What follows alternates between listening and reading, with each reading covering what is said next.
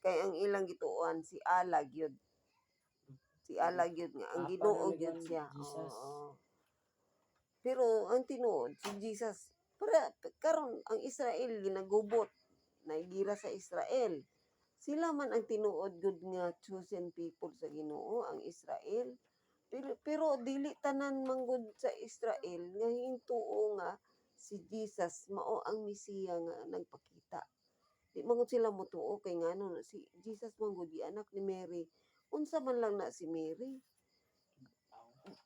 Kuan man lang na siya kanang tawo nya sa kaliwat pag yun ni David.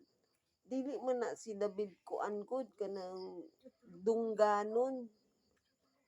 Munang dili sila motuo kay ang ilang pagtuo ang Ginoo kanang gikan jud sa langit nga kana mo pakita di ba pwede nang Ginoo pakita nato kay mamatay man ta kay Adan o kang iba palang daan nakasala naman gud dayon sila apil na ta sa ilang sala mo nang ani si Jesus kay aron nga ma siya ang magluwas sa ato mga sala na ata tagaantag chance nga makaabot og langit magbinuotan lang ta dinhi. Dili ta magtubag-tubag sa atong ginikanan, dili ta mangawat, di ba gipabasa ta mo sa 10 commandments, dili mangawat, dili magpatay. Kay kining magsigitag hinubog makapatay man tag tawo ana, di ba? Magubot man gud og hubog. O di makapatay na nunta di nakasala na. Nya mangawat. Mao bitaw nang giingon pud nga dili ka mangibog kay ngano kung maibog ka gamit sa imong isig ka tawo mangawat naman ka or mangilad ka di sala pud na mo na nga gipabasa ta mo bahalag dugay bahalag mo gasto ko sa kada gis na ako ihatag sa inyo kadugayan ninyo binasa ana makahin inyo na nang mabutang sa inyong heart sa inyong hunahuna nga unsay unod anang 10 commandments ug makaila na mo sa Ginoo wala ta mo gipabasa ana kay basig masuko inyong papa ug mama ha nga gipabasa ta mo kay aron magsabadista mo dili ha gipabasa ta lang mo ana kay dugang mo bright mo kay maayo mo mubasa nya panalangin mo sa Ginoo kay ngano Bible man gud ang inyong gibasa dili man gud ng mga walay pulos nga mga magasin walay pulos nga mga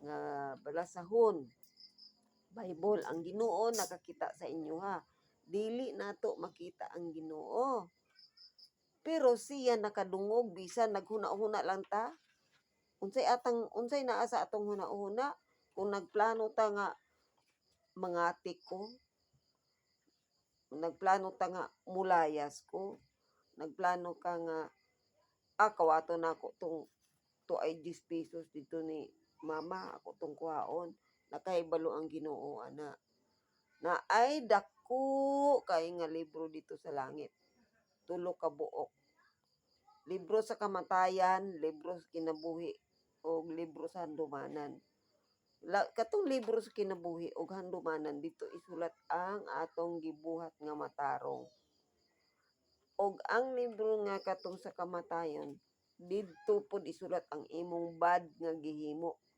kung nangawat ka kung namakak ka kung nangaway ka nanumbag ka nagbagulbul ka kay gisugo ka sa iyong papa o mama dito na isulat karon kung naa kay gibuhat nga maayo nya dito to gibutang sa Book of Remembrance or Book of Life dito nasulat mas daghan ang nasulat kay imong pangalan dito kay ngano buot tinarong tanan ang imong gibuhat buotan ka nga bata may posibilidad nga inigbalik ni Jesus Christ ikuhaon ta niya or bisag mamatay na ta bangunon ta niya sa atong lubnganan maadto na ta sa langit kay ngano nagtinarong man ta pero kung daghan ang bad nimong gihimo tuwa sa libro sa kamatayan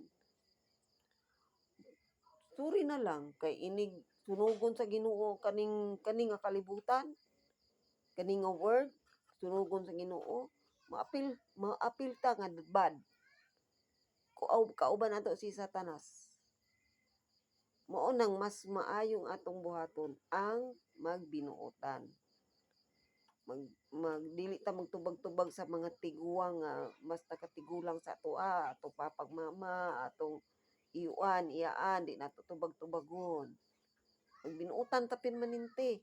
Kay aron ang atong pangalan tua dito sa Book of Life, Book of Remembrance. Oh. Kay ngano, kada isa sa atoa na angel sa gabi, na angel sa adlaw. Munay atong gabantay sa tuwa nganong di ta kuan. Kay kung madisgrasya ta, naman po'y angel ang si Taning. Mao man po na siya magbuhat og bad sa tuwa. Ang angel ni Taning kay kano paghulog sa kay Satanas din sa si Lucifer man na, di ba? Paghulog sa iya kay nakig-away man gud siya sa Ginoo. Gihulog siya dinhi. Ikaw rebelde kan dako. Ihulog ta ka, gihulog siya niya naman siya naatik pod nga mga angel pod. Nagpaatik man po ng mga angel. Mo nang naapod siya angel nga kauban gihulog. Mao na natong mga engkanto kanang mga nuno sa punso. Basta kanang mga mabad nga mga naa diri sa kalibutan, angel na ni Satanas.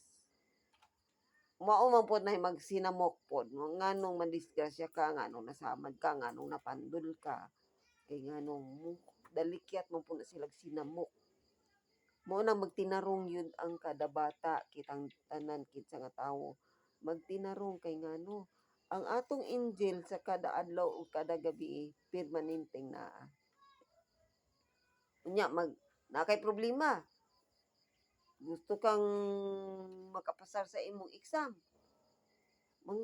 Unya, o di ba, wala mo ipamaho ugma. Mag-pray lang man ka, Ginoo tabangin taon ni murag wala man may bugas para panihapon or wala may bugas para ugma. Unta na trabaho si Papa pa na imong padal kung kinsay tawo imong hikapon aron patawagon si Papa kay aron mo na trabaho. Tawagon si Mama aron makatrabaho.